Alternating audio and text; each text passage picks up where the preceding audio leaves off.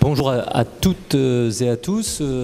Encore une fois, bienvenue à ces internationales de Dijon. C'est la 5e édition. C'est très précieux, comme l'a dit le maire et le directeur de l'IRIS, que dans cette ville, nous puissions avoir une approche aussi tournée sur les questions agricoles et alimentaires quand on parle de géopolitique. Je vais faire un exercice inversé aujourd'hui. Je ne vais pas en parler, je vais interroger nos 4 invités. On a la chance de pouvoir avoir sur cette première table ronde 4 éminents spécialistes des questions agricoles et alimentaires. Nous avons Pierre Guèze, qui est président de Vitagora, pôle de compétitivité spécialisé sur les questions agricoles et alimentaires, basé à Dijon, qui fait rayonner les produits et la gastronomie de Bourgogne-Franche-Comté à travers la planète. Pierre Guèze est engagé de longue date sur les questions agricoles et alimentaires dans la région, sur le plan économique, mais il a aussi une grande expérience internationale. Et Pierre est à la gauche me concernant, à votre droite dans la salle. Karine Jacquemart, directrice générale de Foodwatch. Foodwatch travaille sur la question des transparences, des informations sincères autour des questions agricoles et alimentaires. Karine a une riche expérience aussi de terrain avec des missions pendant plusieurs années pour Action contre la faim notamment, également Greenpeace. Ce vécu international confronté aujourd'hui à des problématiques aussi sociales, humanitaires, des questions d'équité autour de l'alimentation et en rapport évidemment avec les mondes productifs agricoles. À ma droite, Philippe Lemanceau, qui est l'un des meilleurs spécialistes, il faut le dire toujours, de la microbiologie des sols, la biodiversité des sols. Donc c'est un sachant, mais des sachants parfois prennent soin de s'engager politiquement. Et Philippe est vice-président de Dijon Métropole et en charge précisément de ces questions aujourd'hui de transition sur le plan agricole et alimentaire. Il nous en parlera tout à l'heure. Didier Lenoir, qui est président de la coopérative agricole Dijon Céréales, entreprise phare de la région Bourgogne-Franche-Comté. Didier est également et surtout, comme toujours disent les agriculteurs, il est agriculteur basé à Charmes, élu maire de cette commune depuis 2008, également président de la communauté de communes de Mirlebois-Fontenoy depuis 2011. Et avec Didier, on reviendra sur les transitions aussi sur le terrain agricole qui sont passionnantes. Je rappelle que cet après-midi, il y a une table ronde, comme ça a été dit, sur la gastrodiplomatie et les questions de rayonnement culturel et de métissage social que permet l'alimentation, parce qu'il ne faut jamais oublier que l'alimentation, c'est d'abord la paix et la confrontation de diversité dans le monde. C'est important de le rappeler. L'objectif ce matin de cette table ronde, c'est aussi de se souvenir que si on peut passer à table plusieurs fois par jour et manger de bons produits, c'est parce qu'il y a des gens qui bossent en amont et les mondes agricoles, sans eux, on n'est pas grand-chose. Et donc, à l'IRIS, on a à cœur depuis plusieurs années de regarder cette dimension géopolitique des questions agricoles parce que précisément, il n'y a pas de sécurité humaine sans sécurité alimentaire et il n'y a pas de sécurité alimentaire sans producteurs de nourriture. Or, nous sommes dans une dialectique mondiale où vous voyez que l'actualité garde évidemment le sujet de la sécurité alimentaire au sens premier du terme au cœur des événements contemporains. Cette guerre en Ukraine le montre fort bien. Je rappelle que nous avons eu une explosion du nombre de personnes qui ont faim sur la planète depuis maintenant une grosse décennie. Il y a de très grandes inégalités, des très grandes violences autour des questions d'accès à l'alimentation sur la planète, qui sont aussi des inégalités géographiques. Et ça, c'est l'autre point, c'est qu'à côté de la question sécuritaire, le sujet de la soutenabilité du développement économique en général, et donc agricole par conséquent, est évidemment interrogé dans ces trajectoires. Donc il faut décarboner sur les questions agricoles, il faut produire autrement, il faut produire mieux avec beaucoup moins de ressources. Et en fait, il faut continuer à pouvoir produire, d'où une complexité technique, socio-organisationnelle importante. Et puis, il y a l'aspect santé. On est tous très soucieux de la santé de la planète, mais aussi de la santé individuelle. Et précisément, ce continuum sécurité, soutenabilité, santé font aussi que l'agriculture est au cœur des grands enjeux géopolitiques contemporains. Alors, pour cette table ronde, on aura un temps de questions avec vous, mais j'ai souhaité qu'on puisse interroger nos 4 invités sur certains axes. Et je voudrais d'abord et avant tout entendre Didier Lenoir, vous êtes agriculteur, vous êtes engagé sur le territoire, vous avez un regard aussi sur ce qui se passe sur la planète. Il y a beaucoup de jeunes dans la salle. Qu'est-ce qu'on peut dire à des jeunes aujourd'hui à propos de l'agriculture et est-ce que c'est encore un métier d'avenir ? Bonjour à toutes et tous. Merci de ta question, Sébastien. Je pense que c'est vraiment un métier d'avenir. En plus, c'est le plus beau métier du monde. Donc, ils ont vraiment la très grande chance d'avoir choisi cette option.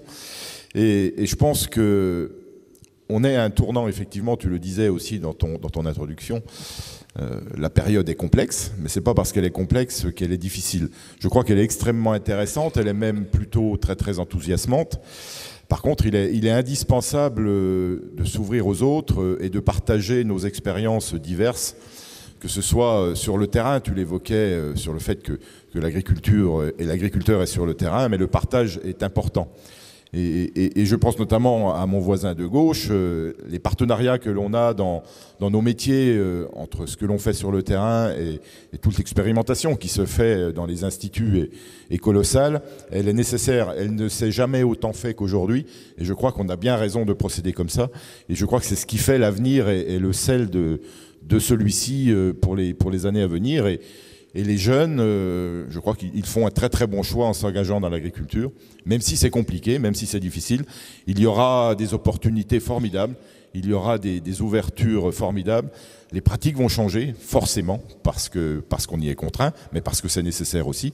Et je crois que cette période est vraiment très très belle pour cela et pour ces jeunes qui vont s'installer. Merci, merci Didier. On reviendra sur l'avenir des productions agricoles. Pierre Guez, vous connaissez bien l'Ukraine et la Russie. Et la Russie. Est-ce qu'on peut expliquer aux participants pourquoi ces deux grandes superpuissances agricoles ont accentué les tensions agricoles et alimentaires mondiales et pourquoi cette guerre a cette résonance sur ces questions agricoles ? Alors, tout d'abord, c'est avec une certaine émotion que je suis ici dans cette salle parce qu'il y a 15 mois, sous la présidence de Sladana Zikovic et de Philippe Lemonceau, nous avons reçu une délégation de la ville de Vinicia, de la région de Vinicia, où nous avions, Vitagora, aidé à construire un pôle de compétitivité, comme le pôle Vitagora. Et nous avons accueilli une vingtaine d'entreprises de ce secteur agricole et de l'agroalimentaire. Et aujourd'hui... Comment ? Alors Vinicia, c'est à l'ouest de Kiev, en allant plutôt sur la Pologne et la Moldavie. Et c'est une grande région agricole, c'est à 200 km.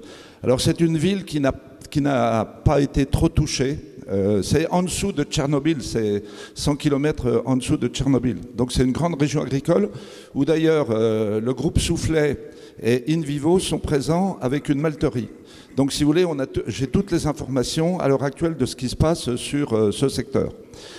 Sur la Russie, puisque Sébastien me parle de la Russie, nous avions également un pôle de compétitivité à Moscou dans la viennoiserie-pâtisserie qui a duré nos relations ont duré pendant 3 ans, si vous voulez.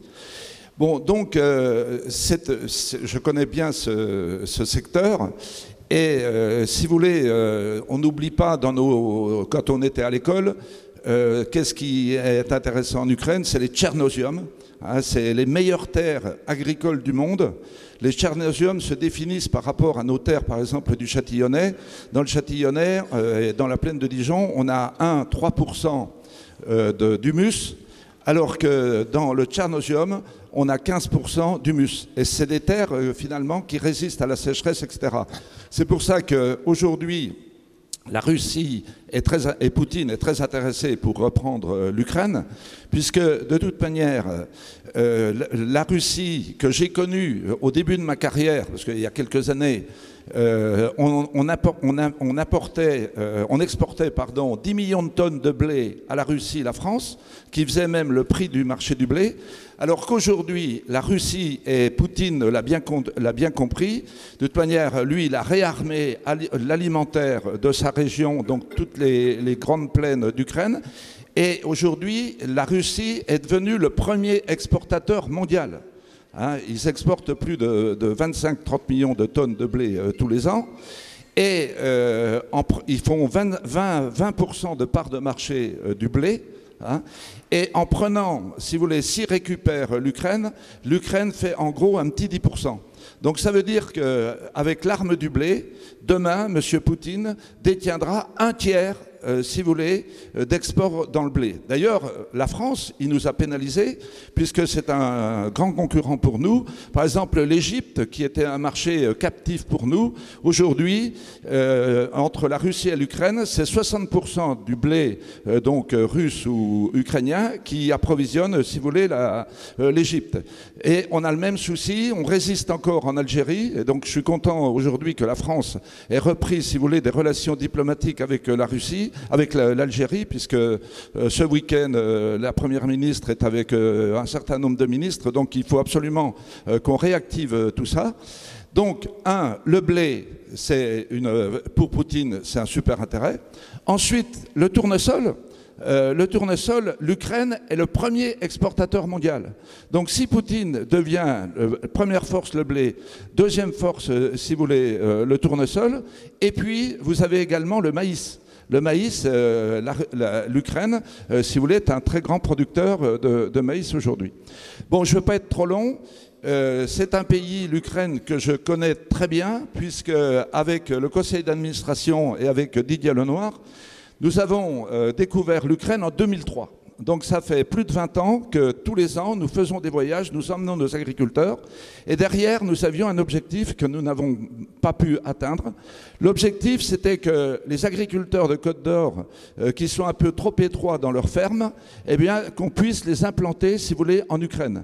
Et notre rêve, et mon rêve, c'était de faire un Dijon céréales ukrainien. Dijon céréales, c'est 1 million de tonnes. On aurait pu faire ça 100 000 tonnes.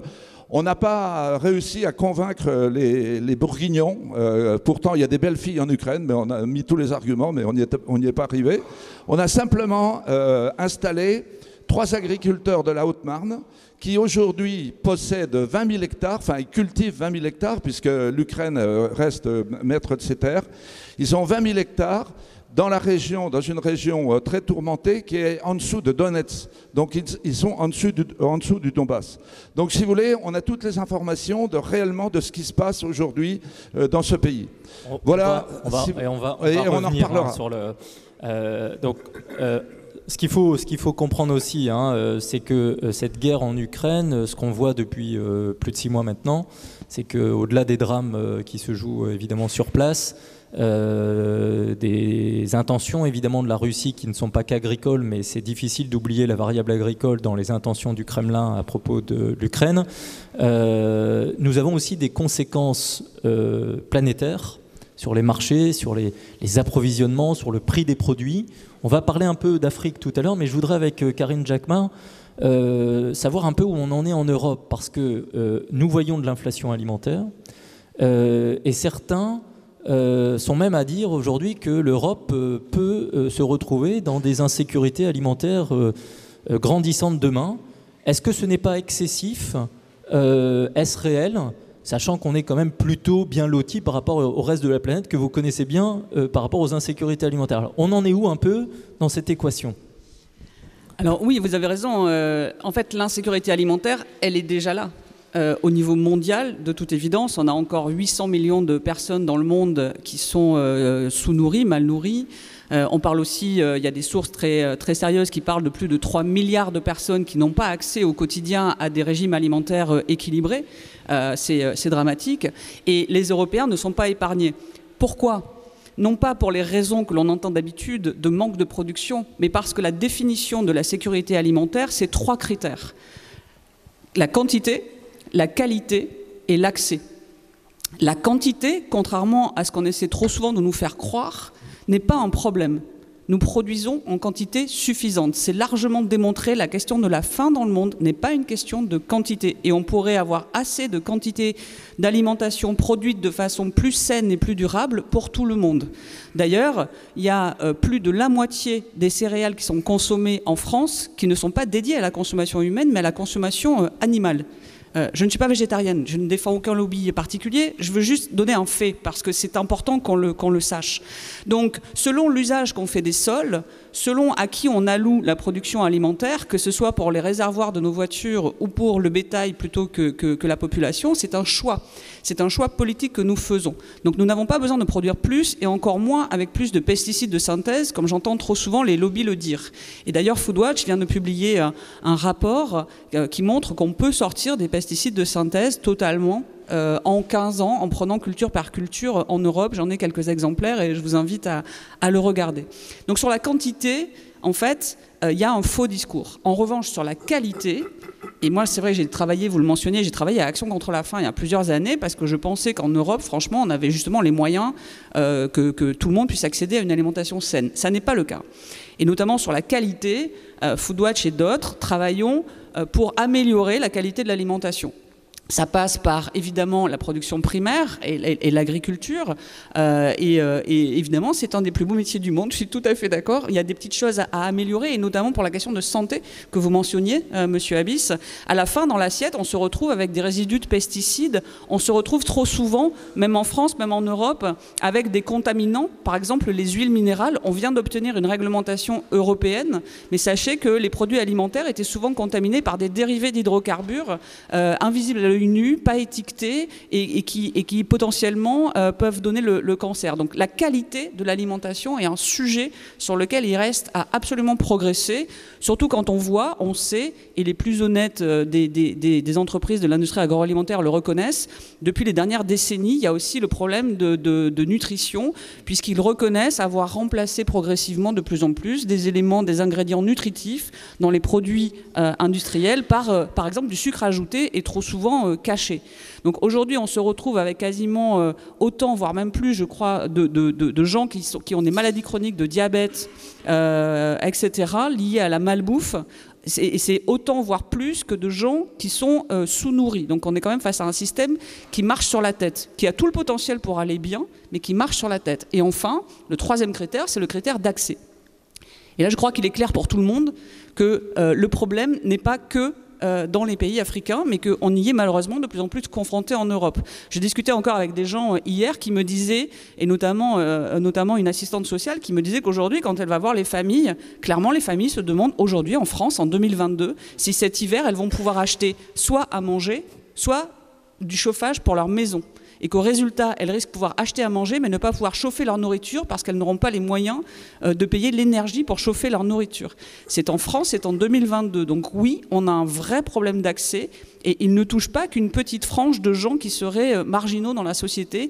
Il touche de plus en plus de gens, et c'est un sujet dont il faut qu'on s'empare collectivement. Merci pour ces éléments. Alors du coup, ça me fait me tourner vers Philippe Lemanceau. On entend Didier Lenoir qui explique que le métier d'agriculteur est plein d'avenir. On voit avec Pierre Guès que géopolitiquement, les narratifs de puissance, en positif ou négatif, continuent autour des questions agricoles et alimentaires, et que les inégalités mondiales aussi de dotation géographique, ça a été dit avec la question des terres, on pourrait parler de l'eau, on pourrait parler des climats qui ne sont pas les mêmes, donc on ne produit pas partout autant et avec les mêmes conditions, et en même temps il y a tous ces défis, on produit assez globalement, mais la planète n'est pas forcément solidaire, homogène, donc il y a des écarts d'accès, de qualité immenses. Comment on fait la synthèse de tout ça pour mener des transitions où à la fois on garde sécurité, soutenabilité, santé? Ok, effectivement, on va dire que c'est tout l'enjeu de la transition agroécologique et de la transition alimentaire. La transition agroécologique, qu'est-ce que c'est? C'est développer des systèmes de culture qui soient moins dépendants d'intrants, les engrais, les pesticides. Et comment on fait ça? En valorisant la biodiversité et les interactions biotiques dans les agroécosystèmes. Je vais prendre un exemple tout simple. Les légumineuses, le pois, les lentilles, le pois chiche, la luzerne. Toutes ces plantes, elles ont la faculté d'établir avec des microbes du sol des symbioses. Et ces symbioses, elles permettent de capturer l'azote de l'air et d'éviter d'apporter des engrais azotés. Ces engrais azotés, si on revient au contexte international, Sébastien, ils viennent pour un quart de Russie. Et ces engrais azotés, ils sont coûteux en énergie. Pour faire 1 tonne d'engrais azotés, il faut 1 tonne d'équivalent pétrole, de gaz russe. On voit bien le double enjeu géopolitique et l'enjeu climatique qui est derrière. Donc ça, c'était simplement un exemple. D'autres exemples, c'est finalement de reconcevoir des systèmes de production où on puisse avoir un couvert continu du sol avec de la végétation. Les végétaux, c'est les premiers capteurs solaires. L'énergie fossile qu'on consomme en ce moment, c'est le résultat de la photosynthèse d'il y a des millénaires. Et donc, dans le temps, on rappelle quand j'étais gamin, on voyait un sol nu l'hiver, c'était propre. Voilà. Et en fait, d'une certaine manière, c'est pratiquement une hérésie parce qu'avec le travail du sol que l'on a fait, on remet en activité des micro-organismes, on a de la minéralisation de la matière organique, on perd des éléments nutritifs alors qu'ils ne sont pas utilisés par des végétaux. Donc enfin, il y a tout un tas de travaux qui sont conduits et Didier Lenoir le disait, tout ça, ça repose sur de l'innovation, ça repose sur de la recherche. Et on a la chance en France d'avoir INRAE, qui est maintenant le premier institut de recherche en agriculture, en alimentation et en environnement du monde. Et ces innovations et l'évolution de ces systèmes, il ne faut pas se voiler la face, c'est un coût. Parce que les rendements vont être légèrement plus faibles. Mais c'est pourquoi cette transition agroécologique, elle va nécessairement de pair avec une évolution des modes de consommation. L'évolution des modes de consommation, c'est quoi? C'est en 3 lignes, hein, puisque je ne veux pas abuser du temps.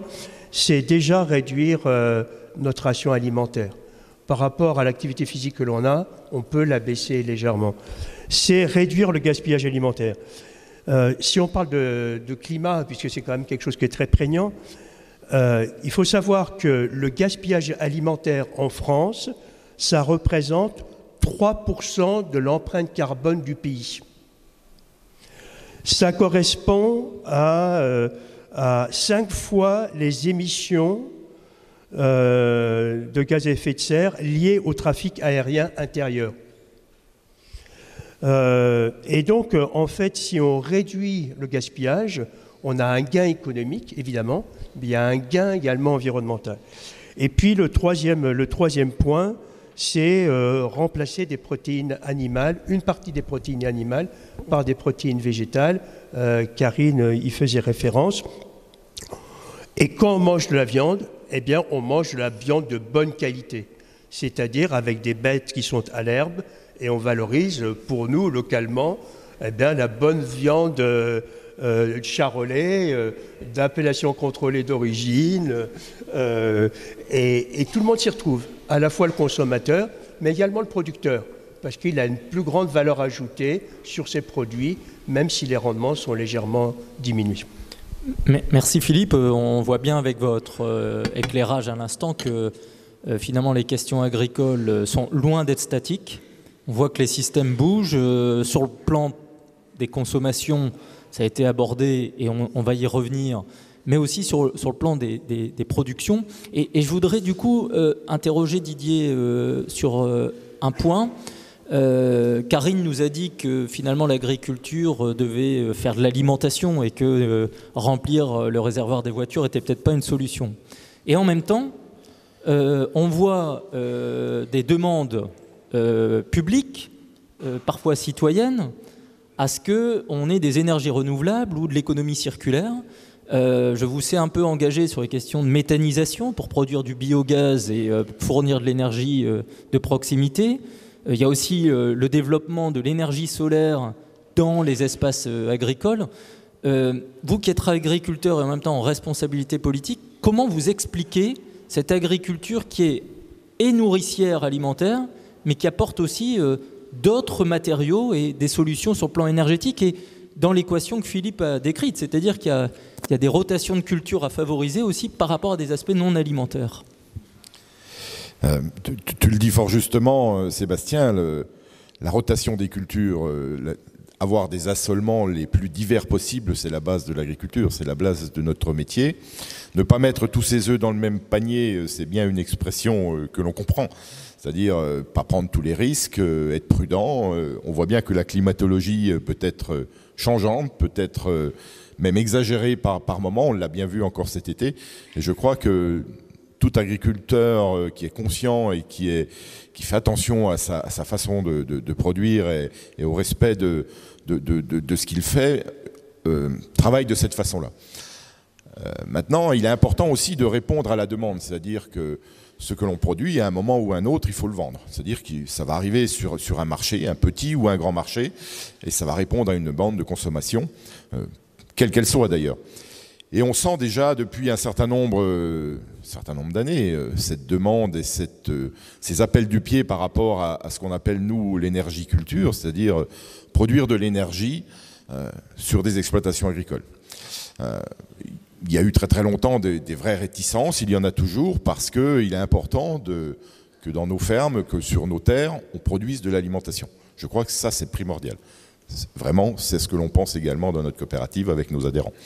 Maintenant, on arrive aussi avec l'évolution de la recherche, avec tous les travaux qui sont faits par tous les organismes divers et variés, par l'avancée aussi des technologies, à pouvoir commencer d'expérimenter. On parlait de photovoltaïsme tout de suite. On en a longtemps fait sur nos toits dans les fermes, parce que c'était le plus évident et le moins impactant. Et ça produit très très bien de l'énergie, il n'y a pas de souci. Mais on commence à avoir des possibilités de produire de l'énergie et de continuer à produire de l'alimentation sous des panneaux. Et ça, c'est quelque chose qui nous interpelle, que l'on regarde très très largement dans notre coopérative. On espère pouvoir le développer. On a déjà un démonstrateur qui fonctionne pas très loin d'ici, sur 3 hectares, avec des panneaux situés à 5 mètres de haut. On peut passer dessous très facilement avec des engins agricoles. On peut produire d'une façon quasi classique. Mais surtout, on peut y produire des produits à valeur ajoutée que l'on peut protéger. Que l'on peut protéger des intempéries, que l'on peut protéger du froid, du chaud, de la grêle, par exemple, et où on peut justement développer et installer, tu évoquais tout à l'heure l'arrivée de jeunes agriculteurs, ça peut être de très très bons moyens de développer des projets qui sont pertinents.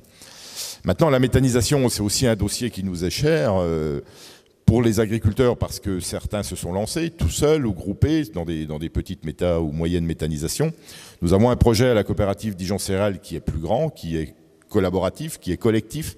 L'idée, c'est d'avoir 150 agriculteurs qui travaillent ensemble et qui produisent des cultures intermédiaires, c'est-à-dire qui couvrent le sol toute l'année. C'est ce qu'évoquait tout de suite Philippe Lemanceau, c'est-à-dire avoir cette phase vertueuse entre 2 cultures, où on couvre le sol, on absorbe l'azote qui est excédentaire. Et derrière, on peut refaire une culture de printemps, comme par exemple une légumineuse que tu évoquais tout de suite. Alors, ça marche pas toujours, c'est compliqué parce que c'est la nature, c'est aussi les sols. Est-ce qu'on fait tout en ce moment pour essayer justement de rendre tout ça extrêmement pertinent, plutôt rentable pour l'agriculteur parce que c'est important, mais surtout de pouvoir produire du gaz. Parce que le gaz, il se trouve que la période où l'on se trouve en ce moment, c'est un sujet que l'on évoque souvent. Et produire au maximum sur l'unité que j'évoque, par exemple 30% du gaz pour les particuliers en Côte d'Or, c'est quelque chose que l'on regarde, forcément. Mais merci Didier pour ces éléments qui permettent de rappeler en effet que l'agriculture pour nourrir le futur, c'est nourrir bien sûr la sécurité alimentaire, mais ces solutions. Et je vous invite à regarder aussi, pas plus loin que sur vous, puisque vous portez de l'agriculture sur vous, n'oubliez jamais. L'agriculture, c'est plein de choses, ce n'est pas que la nourriture. Mais revenons un instant sur la nourriture, Pierre, sur... est-ce que des pays, avec Vitagora et avec les différentes missions d'études et d'examen des politiques agricoles dans le monde que vous avez pu faire, est-ce que des pays ces dernières années vous ont frappé?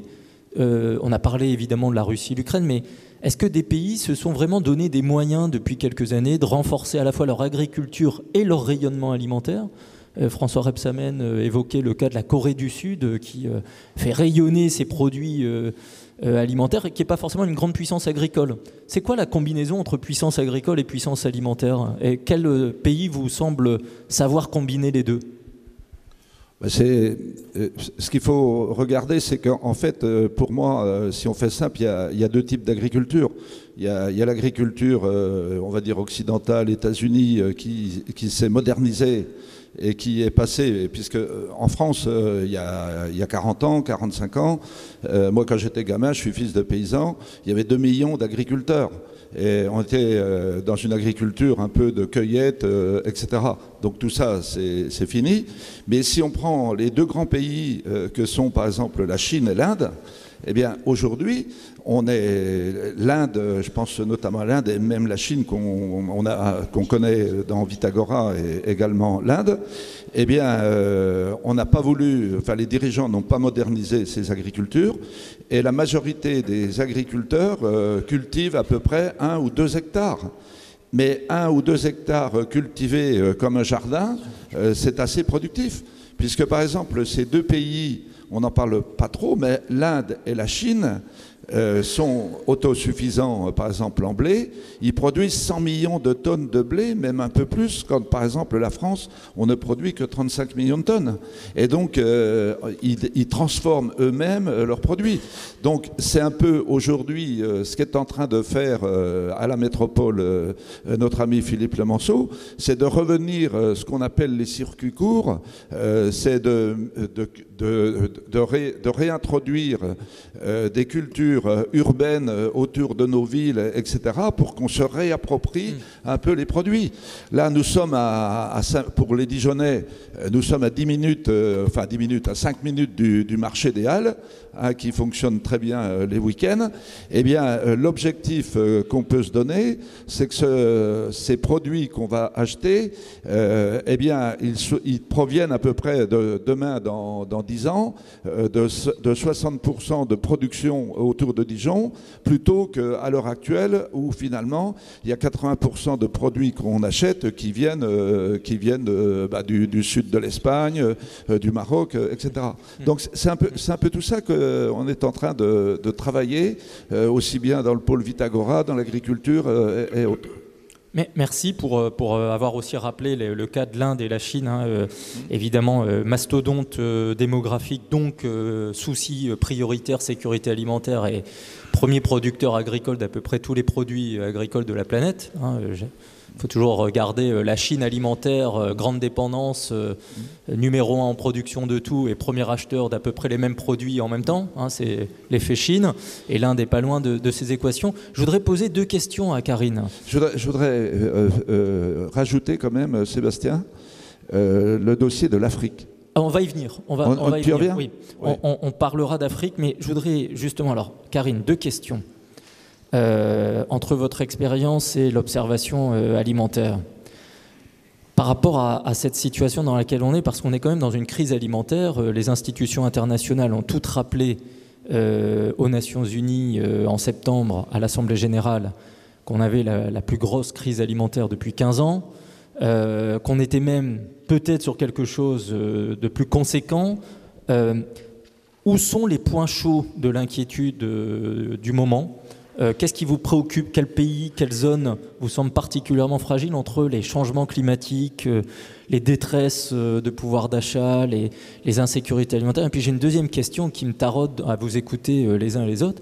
En fait, la puissance agricole aujourd'hui, ce sont les 5 milliards de consommateurs qui sont la première puissance agricole du monde. Vous avez dit il y a 3 milliards qui ne mangent pas ou pas beaucoup.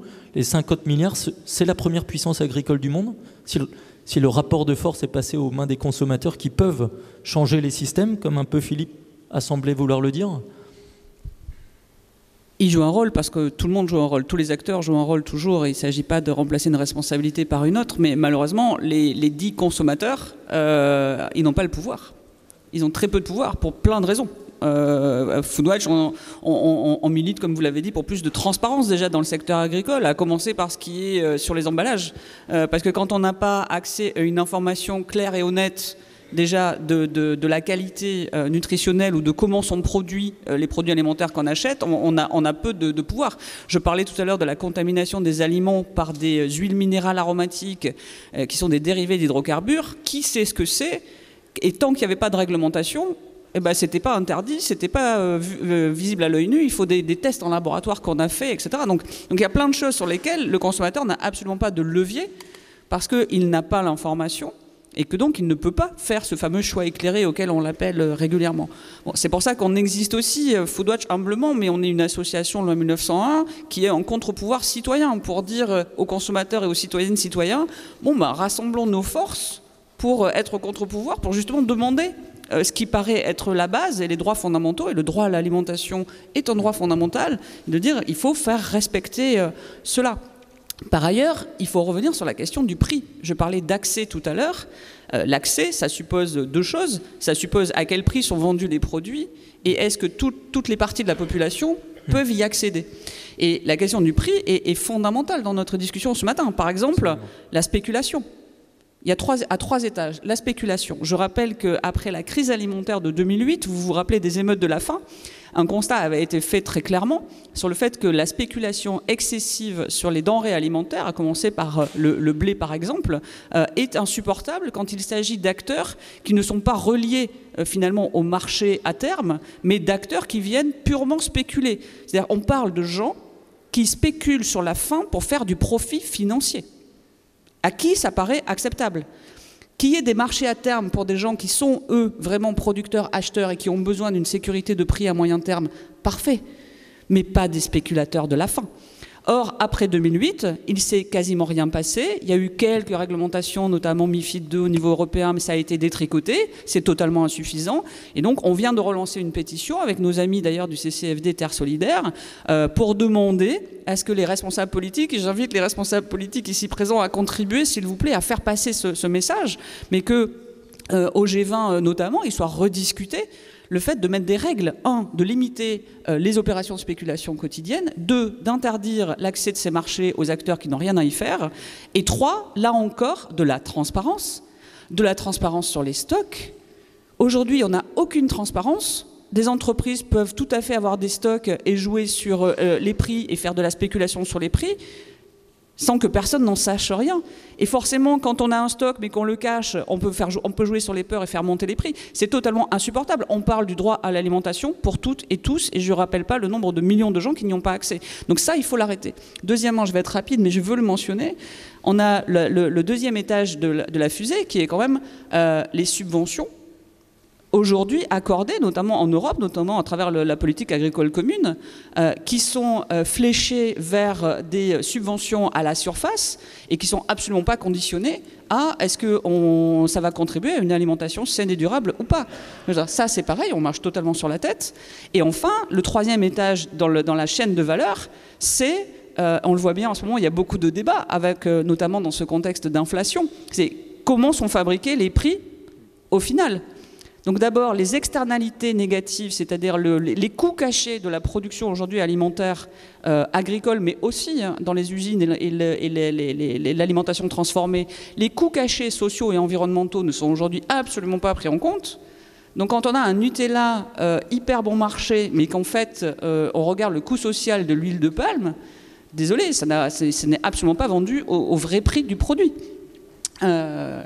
Et enfin, entre les fabricants et les distributeurs, et qu'est-ce qui se passe au niveau des marges? Qui prend des marges où? C'est jamais le consommateur qui est gagnant. Donc de la transparence et du bon sens pour remettre les prix là où ils doivent être et ensuite permettre l'accès à tous. Et ensuite par rapport aux régions du monde, du coup pardon, je ne vais pas monopoliser la parole, donc je ne vais pas répondre en détail, mais je vous invite à lire un rapport de IPES Food, qui est un institut indépendant, vraiment fait d'experts indépendants et qui a publié énormément de rapports passionnants sur les sujets qui nous concernent aujourd'hui. Et dans leur dernier qui s'appelle Looming Storm, donc en fait un des récents suite à l'Ukraine, il reparle clairement du cercle vicieux de la pauvreté, le changement climatique, le système agricole dans lequel ces populations de beaucoup de pays sont enfermées, et notamment leur dépendance aux importations. Donc on pourrait y revenir, mais beaucoup d'entre vous savent peut-être qu'à travers les années, on a aussi forcé beaucoup de pays, en Afrique mais pas seulement, à revoir leur modèle agricole pour faire une agriculture d'exportation, par exemple de coton plutôt que d'agriculture vivrière, et de dépendre finalement des importations. Donc là, il y a la question de la sécurité alimentaire, mais derrière, pas très loin, il y a la question de la souveraineté alimentaire. Et c'est un facteur aggravant dans les crises que connaissent ces pays aujourd'hui. Mais merci pour ces éléments. Du coup, j'ai envie d'entendre à nouveau Philippe Lemonceau sur peut-être 2 axes, Philippe. D'abord, c'est quoi la bonne échelle territoriale pour agir en agriculture et je dis bien en agriculture pour à la fois faire ces transitions, progresser, partager. Karine Jacquemart semble dire qu'au niveau européen, on est mal ciblé. Est-ce qu'il faut être dans l'ultra-local? Est-ce qu'il faut s'affranchir de ce qui se passe à l'autre bout du monde? C'est quoi la bonne échelle territoriale? Et ma deuxième question, c'est un peu autour à nouveau de ce lien agriculteur et consommateur. C'est-à-dire qu'on demande aux mondes agricoles beaucoup de transition, de produire de mieux en mieux, etc. Et on voit que peut-être le prix de l'alimentation n'est pas celui qu'il faudrait qu'il soit, parce qu'il est peut-être trop bas par rapport à ce qui est réellement produit, si je vous suis bien. Mais est-ce qu'on est dans un contexte où les consommateurs peuvent payer le prix de leur valeur? Ok, bon, pas mal de questions, Sébastien. Je vais essayer de faire ramasser. Je pense que on est clairement dans des échelles emboîtées, hein, pour prendre la première partie de la question. Bon, à l'échelle planétaire, Karine le rappelait, il y a 800 millions de personnes qui souffrent de faim. Et c'est inadmissible, évidemment. C'est un problème humanitaire, mais c'est aussi, à terme, potentiellement, un problème géopolitique. En plus, ces populations précaires sont plus sensibles aux guerres, aux épidémies, au changement climatique. Le changement climatique, on l'a vécu ici cet été, mais dans des zones arides, les zones arides progressent. Et il est possible qu'à terme, certaines populations au niveau mondial doivent se déplacer du fait de l'absence de terres cultivables, avec toutes les tensions géopolitiques que ces mouvements de population peuvent représenter. Donc là, on est à l'échelle, on va dire, planétaire. Bon, c'est que quelques éléments. Apparemment, il va être question d'Afrique tout à l'heure, et donc je laisserai Pierre qui connaît mieux le sujet que moi. Mais à côté de ça, sur la transition agroécologique, il y a des pays où il y a une marge de progrès en termes de rendement qui est important. Et l'Afrique en est vraiment un représentant, avec des enjeux de formation. Et des enjeux d'équité de genre, homme-femme. Parce que souvent, c'est l'homme qui reçoit l'éducation, alors que finalement, c'est la femme qui travaille au champ. Donc, au-delà des problèmes d'équité de genre, il reçoit même la terre. Il y a une question d'efficacité même. Et il reçoit la terre même la plupart du temps. Voilà. Donc, bon, ça c'est sur la partie planétaire, très rapidement.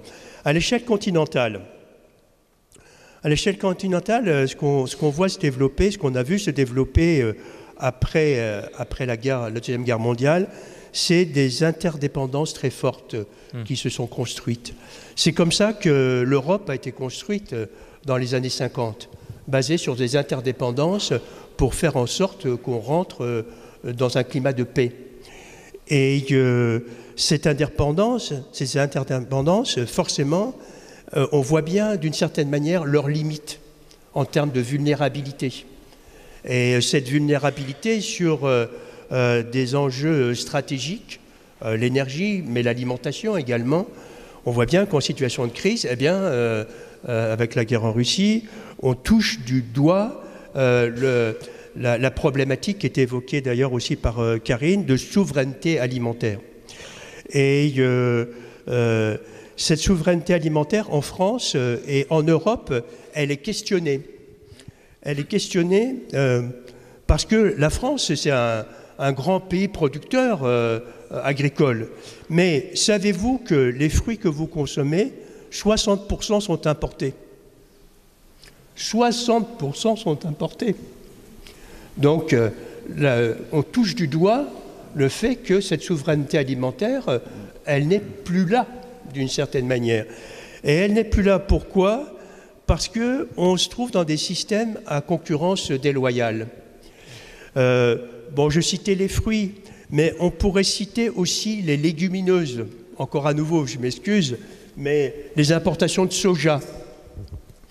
Vous avez peut-être vu que ces derniers temps, il était question du fait que l'Amazon, maintenant, émet plus de CO2 qu'elle n'en stocke. C'est quand même hallucinant. Et pourquoi cela?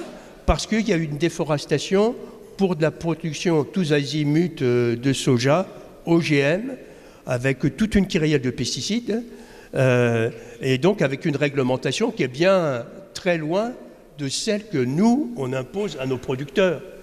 De telle sorte qu'on a clairement une concurrence déloyale. Et que donc, en France, on ne cultive pas soja. Et que donc, du coup, on les importe. Et donc, il y a un enjeu des coopératives. Je sais que Dijon Céréales travaille beaucoup là-dessus, sur avoir cette autonomie protéique. Et en fait, bon, sur l'Europe, je l'évoque que très brièvement, mais on pourrait très bien avoir un enjeu européen majeur de lancer un plan protéines européen pour l'alimentation animale et pour l'alimentation humaine. Bon, alors je finis quand même sur l'échelle territoriale, puisque c'est celle que je touche du doigt tous les jours. Je pense que l'échelle territoriale, elle est particulièrement pertinente. Et une expression qui était souvent évoquée, c'était penser global, agir local.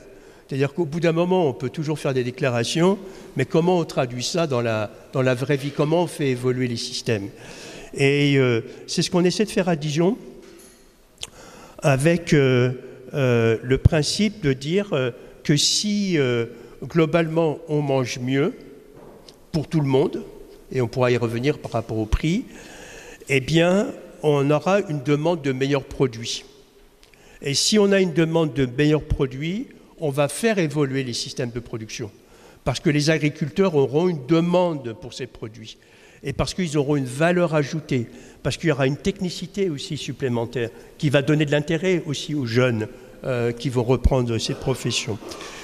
Et on peut dire que l'approche territoriale pour faire cette stratégie, elle est très pertinente parce qu'à l'échelle d'un territoire, on peut vraiment avoir une approche systémique.